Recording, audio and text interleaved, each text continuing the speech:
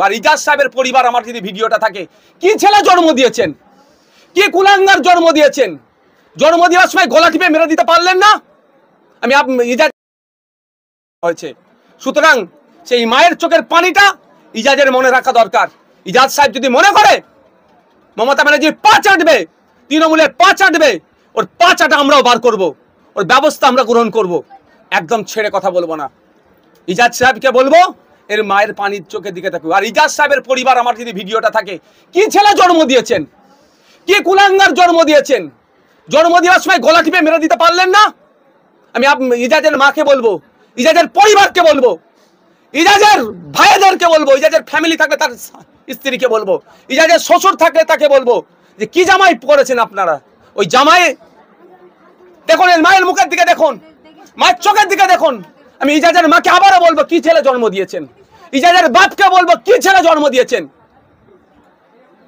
মুসলিম রীতি অনুযায়ী বলে দোয়া পড়তে হয়, ভুলে গিয়েছিলেন নাকি? কতটা গায়ে লাগতে পারে ইজাজের মা বাপকে, আমার কিচ্ছু করার নেই। এখনো ছেলেকে শুধরে নেন, ছেলেকে শুধরে নিন, কারণ ছেলে এখন উঠছে।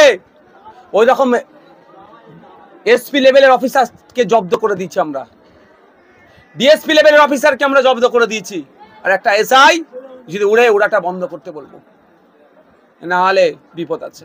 রাজ্যের সংখ্যালঘু দরদি সরকার চলছে, কিন্তু 43 জন সংখ্যালঘু বিধায়ক রয়েছে, 8 থেকে 10 জন রাজ্যসভা লোকসভার সদস্য রয়েছে। রাজ্যে বিভিন্ন জায়গায় সংখ্যালঘুদের উপর আক্রমণ হলে নওশাদ সিদ্দিকীকে যেতে হয়, তারা কেন যাচ্ছে না? ভাবুন তাহলে লাভ কি আছে? আমি বারবার বলে আসছি, ওই মুসলমান দিকে ভোট দিয়ে কিছু লাভ হবে না, দলিত দিকে ভোট দিয়ে কিছু লাভ হবে না, আদিবাসী দিকে ভোট দিয়ে কিচ্ছু লাভ হবে না। এই ভোট দিয়ে কিছু লাভ হবে না। মানুষের মতো মানুষকে যদি তৈরি করা যায় জনপ্রতিনিধি, তাহলে ছুটে যাবে। দুর্গাপুরে গরু নিয়ে যাচ্ছিল, উগ্রবাদীরা আক্রমণ করলো, সেখানে নওশাদ সিদ্দিকীকে যেতে হচ্ছে। বিদ্যুৎ মণ্ডলকে খুন করলো, তার মায়ের পাশে দাঁড়াচ্ছে, আইনি লড়াই তার জন্য চালানোর চেষ্টা চালাচ্ছে, সেই নওশাদ সিদ্দিকী যাচ্ছে।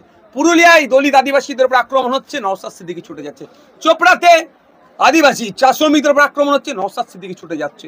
এখানে মুসলিম মায়ের উপর আক্রমণ হলো, তার বাড়িঘর ভাঙচুর হলো, ছুটে আসছে নওশাদ সিদ্দিকী।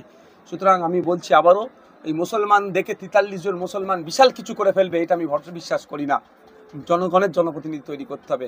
আমি আবারও বলছি, মমতা ব্যানার্জি মহাশয়াকে বলছি, আপনার পুলিশ এসআই ইজাজের বিরুদ্ধে ব্যবস্থা গ্রহণ করুন। যদি ইজাজের বিরুদ্ধে ব্যবস্থা গ্রহণ না, ইজাজ সাহেবের বিরুদ্ধে ব্যবস্থা গ্রহণ না করেন, তাহলে এর জবাব কিন্তু বাংলার অগণিত হিন্দু মুসলমান দলিত আদিবাসী নির্বিশেষে মায়েরা জবাব দেবে। কারণ এই মায়ের চোখের পানি ইজাজের মা যদি না উপলব্ধি করে, তাহলে কিন্তু এটা অভিশাপটা কিন্তু যাবে না, অভিশাপ পাবে। আমি অভিশাপ দেবার কেউ নয়, ইজাজের এই মা কিন্তু মুখে না বললেও বুক ফাটা অভিশাপ যাবে। বাস্তব কথা বলছে, ছেলে বোম রেখে গেছে, আর এখানে মা ওখানে রান্না করে, যেখানে ওর মা রান্না করে, ওখানে কাঠ ছড়ায়, ওখানে ছেলে বোম রেখে যাবে। আমি এটাও বলে যাচ্ছি, পুলিশ যদি সঠিক ব্যবস্থা গ্রহণ না করে, বোমের কথা যেহেতু ওখানে উঠেছে, এনআইএ ইনভেস্টিগেশনে আসবে, এনআইএ কে আমি চিঠি করব।